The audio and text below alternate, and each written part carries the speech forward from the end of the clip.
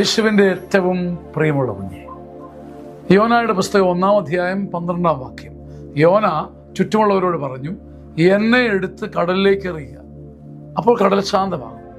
ഞാൻ നിമിത്തമാണ് ഈ വലിയ കൊടുങ്കാറ്റ് നിങ്ങൾക്കെതിരെ ഉണ്ടായിരിക്കുന്നതെന്ന് ഞാൻ മനസ്സിലാക്കുന്നു.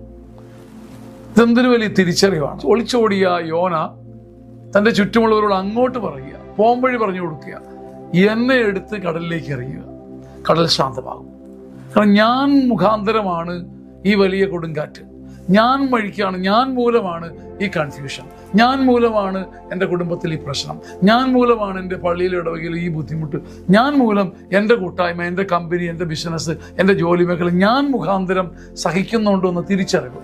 ഈ വലിയ കൊടുങ്കാറ്റിൻ്റെ പിന്നിൽ ഞാനുണ്ടെന്ന് പറയാനുള്ള ആർജവത്വം. അതുകൊണ്ട് മാത്രമാണ് ഈ തിമിംഗലത്തിൻ്റെ വായിൽ നിന്ന് പോലും ദൈവം ഇവനെ രക്ഷിക്കുന്നത്. സത്യമുള്ള മനുഷ്യൻ, ഞാൻ മുഖാന്തരമാണ് ഈ കൊടുങ്കാറ്റ്, ഞാൻ മൂലം ചില തകർച്ചകൾ എൻ്റെ വീടിനുണ്ട്, ഞാൻ മൂലം കുറച്ച് പ്രശ്നങ്ങൾ എൻ്റെ ഗ്രാമത്തിനുണ്ട്, ഞാൻ വഴിക്കാണ്, ഞാൻ മൂലമാണ് എൻ്റെ ഇടവക ഇച്ചിരി ഭാരപ്പെടുന്നത്, ഞാൻ മൂലമാണ് എൻ്റെ ഓഫീസിൽ ഇച്ചിരി ഭാരം, ഞാൻ മൂലമാണ് ഞങ്ങളുടെ ഒരുമിച്ചുള്ള ബിസിനസ്സിന് പരാജയം. ഇങ്ങനെ സ്വയം കരുതുന്ന മനുഷ്യരുണ്ടാകുമ്പോൾ, സ്വയം വിലയിരുത്തുന്ന മനുഷ്യരുണ്ടാകുമ്പോൾ തിമിംഗലത്തിൻ്റെ വായിൽ നിന്നും രക്ഷപ്പെട്ട് ഒടുവിലെല്ലാം നന്മയായി കലാശിക്കും. എല്ലാം നന്മയായി കലാശിക്കണമെങ്കിൽ ഏറ്റവും വലിയൊരു അഭിഷേകം, ഞാൻ മൂലമുള്ള കുറവുകൾ ഞാൻ തിരിച്ചറിയുക. ഇത് വലിയൊരു വിജയമാണ്.